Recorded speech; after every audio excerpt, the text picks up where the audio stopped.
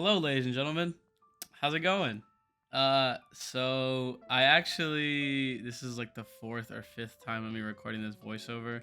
Long story short, I had kind of like a scripted script, I guess, for the video. Um, and as I was editing it, my Adobe crashed. So I'm gonna take that as a sign that I probably shouldn't do scripted videos anymore, and I'm just gonna like talk out of my ass. First of all, I just want to apologize for the quality. I accidentally recorded it under a file type that isn't provided, that isn't supported by Adobe, so I had to like convert it, and then I had to convert it again. So it kind of made it kind of pixelated. So I'm super sorry for the quality, but I'll make sure to take care of that one in the next one. Today, I wanted to talk about Overwatch 2 because Overwatch 2 finally came out, the long-awaited sequel to Overwatch 1. We got a new support. We have a new game mode. We have a shit ton of new maps with the game mode as well as with game modes that were already in Overwatch 1. So let's talk about it. In the background, there should be some Kiriko gameplay. Kiriko is a new support character. She is a fast-moving, fast-paced support character. She does a lot of damage. Her kunai do 60 damage to the body, and then if you get a headshot, it does 120. But the projectiles, like her kunai, they move super fucking slow, so that kind of balances out that 120 headshot because you'll get luckier spamming the kunai than actually trying to like aim it. She can wall climb just like Genji and Hanzo. Her other abilities are she has a TP, so she will TP behind the ally that she's targeted, and it's always going to be behind the person no matter what direction they're facing. And she has a quote unquote like healing pot.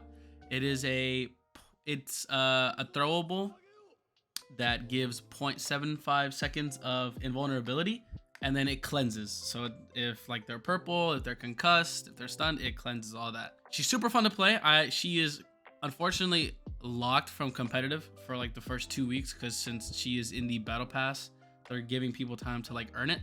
But I played a few games in quick play. She's super fun. She's super fast paced.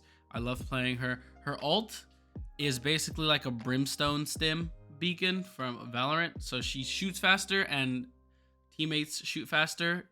Herself and teammates move faster, and they also reload faster as well. There's a new game mode in Overwatch 2. It's called Push Mode. So long story short, there's a bot in the middle of the map, and I call him Jeffrey. I don't know if he has a name.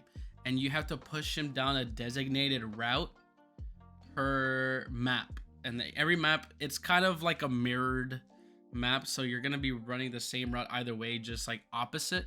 There's gonna be buildings that are gonna be the same on every side, but they're not gonna be exactly the same because they want to add that little like asymmetry of this is a different ledge here, this is a different room there, all that good stuff. So the first map that you're gonna be looking at right now is New Queen Street. So right here, as you can see, there's that bot that's right in the middle. There's like a 20-second grace period of like a one big team fight to see who takes control of the bot. And then once you get control of the bot, you start pushing it down that designated street. It's going to be pushing that like barricade that it's pushing right now. Each push game is like 10 minutes. There's no overtime. So there is overtime when someone is on the bot, but there's no like extension of time period. So when you get to the first checkpoint, it's not going to add another few minutes. It's just straight 10 minutes. Whoever gets the farthest from their spawn or closest to their enemy spawn wins, because you're pushing it to each other's spawns basically. This map, New Queen Street, is like super fun. As you can see, there's like a shit ton of different like alleyways and stuff to go around. You don't have to go down just the main street. And then you will be reaching these checkpoints, and when you get to this checkpoint that's on the screen, which is like halfway point of every single map, you will get like forward spawns. So basically you'll just spawn closer so that you can get to the team fights quicker instead of running from your old spawn all the way across the map. This next map that's going to be coming onto the screen is Esperanza. Esperanza is a Italian-based map. It's super pretty. There's a lot of flanking opportunities. There's a lot of alleys, little rooms that you can like get around the enemy team and stuff like that. All the maps I'm going to show in little bits and pieces just so you don't see me running around the entire map. I'm going to show you guys like that first little part where you meet to fight for the bot.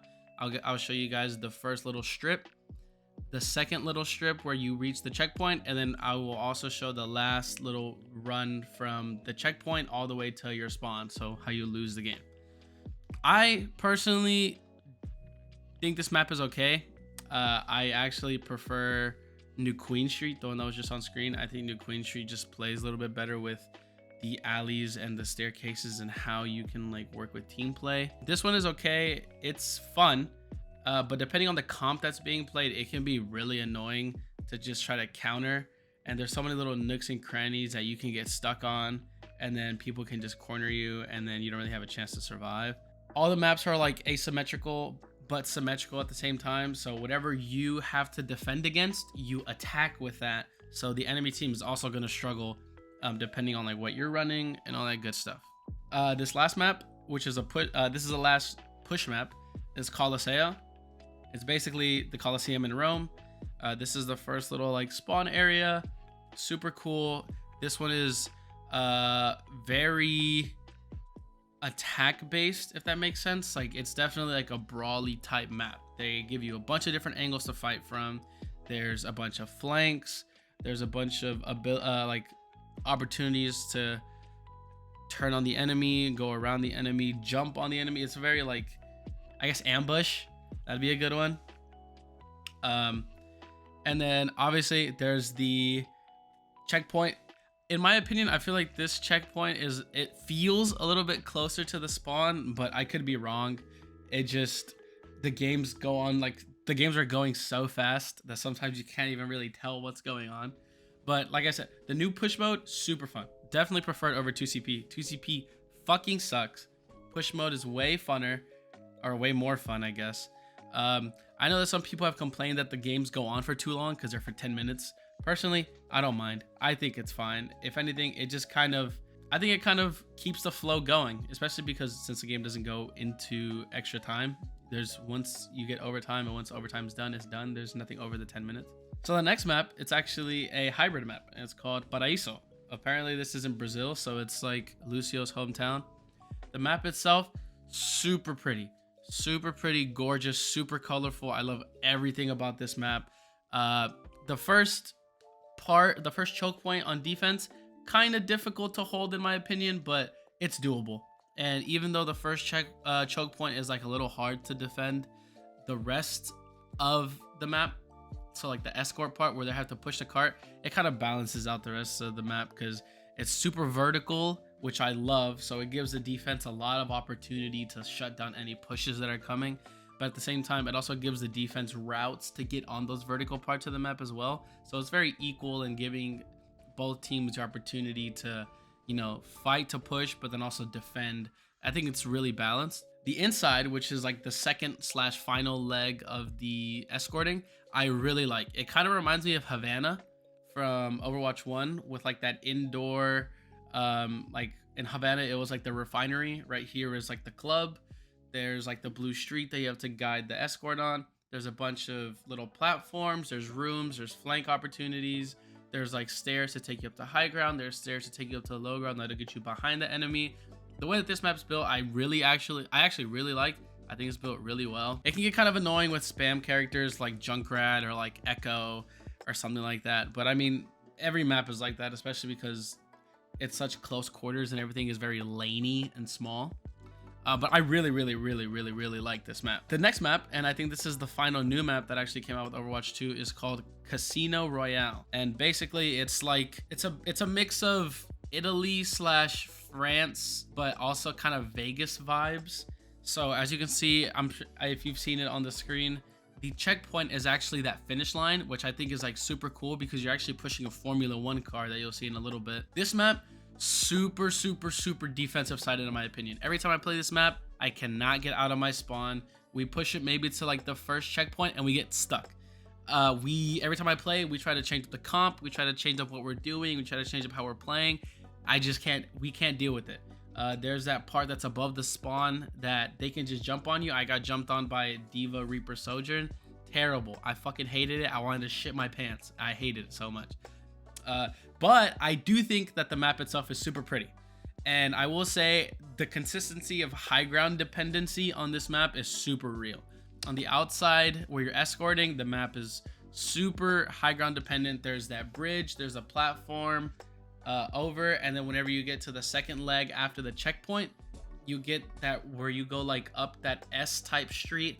You can just shoot down from there depending on what character you're playing, and it really is hard to counter if you're not running like a shield or like a dive or have someone go up there to contest that. The inside, same thing, super high groundy where you're really gonna struggle to like push it in. But I do like that they did add a lot of places to like run around and kind of counter, so you can flank and then maybe try to contest that high ground from a different angle and maybe win it, maybe not. It's really just go kill, I guess. If you kill the person, you win, and then you can keep that like high ground and it's yours. Lastly, a few other things not map based or not game mode based. The UI changes. I think the UI changes are okay. They're super sleek, they're super chic and like modern, you know. The health bars are squares, the abilities are square, there's no more slanted lines. The ult circle is like super round. The top center things, like whatever game mode you're playing, it's like super sleek and square and all that. The scoreboard, although it's a bit intrusive in my opinion, I kind of like it. It shows like how much damage everyone's doing, how much healing everyone's doing. That can lead to some toxicity, but I mean, you know, fuck it, whatever. Overwatch is toxic as fuck anyway. I do like that on the right side of the scoreboard, it has all of your quote unquote like important stats depending on what hero you're playing. I think that's really cool. Personally, I prefer Overwatch 1's UI just because I feel like it had a little bit more personality, like the slanted lines, the jagged edges. I really like that just because it kind of felt like Overwatch was its own game. But I can understand what Blizzard was doing when they made the super sleek one. And I mean, I like it, I just don't prefer it. I also know that some people have complained about broken characters or like super OP and oppressive characters. I agree for a few. The main one that I have is Genji. Genji is completely uncounterable since they took out all the CC in Overwatch 2. Shit's fucking nuts. He dives your back line. I don't know if they increase his fire rate or if they increase his damage, but I feel like I'm dying so much quicker than I used to. Sombra, I've heard is OP. I've heard is really hard to counter because she can hack while she's invis. I have not played against the Sombra that much, so I couldn't really say. I can say the same thing about D.Va.